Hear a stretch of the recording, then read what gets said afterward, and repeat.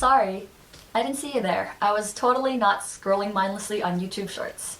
Hi, my name is Yichi and I'm currently a student at Vanderbilt. I'm here today to explore the question of, is our attention span really shorter than a goldfish? Let's hope you make it to the end of this video to find out. This whole debacle over our attention span started in 2015 when Microsoft released a consumer studies report. Time, Wall Street Journal, Medical Daily, as well as a lot of other news outlets started reporting on the fact that humans now have an attention span shorter than a goldfish.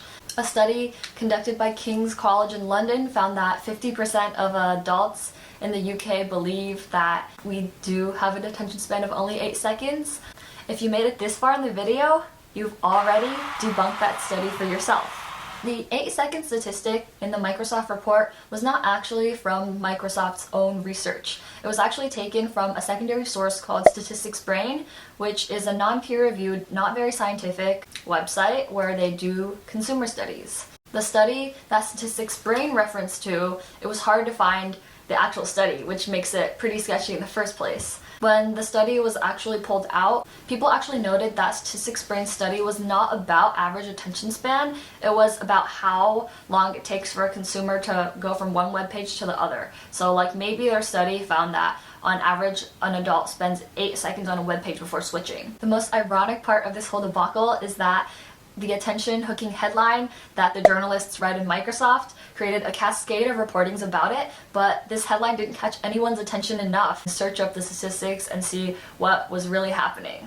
Now, what's interesting is that the study that Microsoft conducted found that our brains are faster than ever at processing information. And this takes part in something known as the working memory. If the working memory is getting faster at processing information, that means we are more quickly able to filter out what's important to us and what's not. So how this would apply to the theory of attention is that if somebody is looking on a web page and they're quickly able to find their answer, or they're quickly able to see that this website doesn't have what they need, they can switch to a different web page. That doesn't have any inherent issues to do with attention. That just has to do with the fact that we're spending less time on web pages, and maybe that's damaging for marketing agencies. Psychologists have commented on this debacle, saying that there's no such thing as the average attention span in the first place. You can maybe focus for 2 hours if you're watching a thriller movie, but you might be able to only focus for 15 seconds when you're reading Aristotle.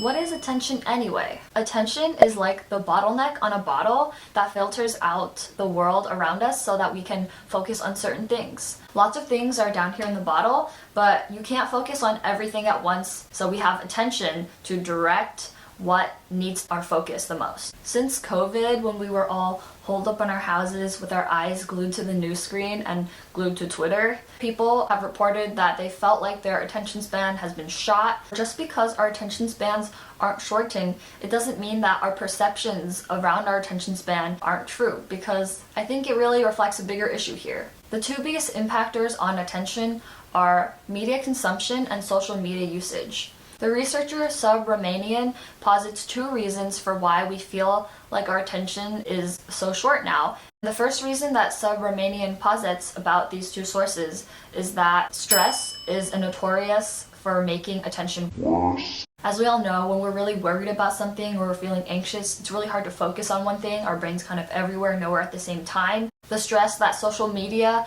causes us to always compare ourselves and feel the fear of missing out, as well as all of the bad news coverage that we're getting, that's definitely caused just a lot of stress around media in general. In my own experience, I quit social media and I've never regretted it. I definitely feel a lot more at ease and just like more peaceful. I know that social media is really important for connecting with friends and it could be part of your job, but in my personal experience, I was fortunate enough to be able to just stop using it and I didn't really have any negative repercussions, and I've only seen positive ones. The second reason that Subramanian talks about is the information overload that happens at our fingertips daily.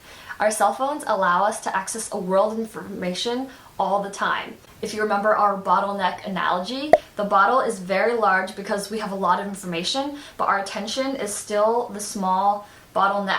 Since attention is scarce, as we can see in the bottleneck analogy, companies such as marketing, social media, we're all trying to get your attention. Even a very prime example is that you're watching my video right now, which means that you're taking attention away from something else that you could be doing. The darker side of media consumption and social media is something called the attention economy. Nobel laureate Herbert Simon coined the phrase attention economy, and he has this really insightful quote about it. A wealth of information creates a poverty of attention. That's kind of exactly what's happening right now. Who is most interested in our attention at the end of the day? Well, it should be us, but at this point, it's actually these media and marketing companies. The attention economy allows our brains to get this instant gratification and this dopamine rush.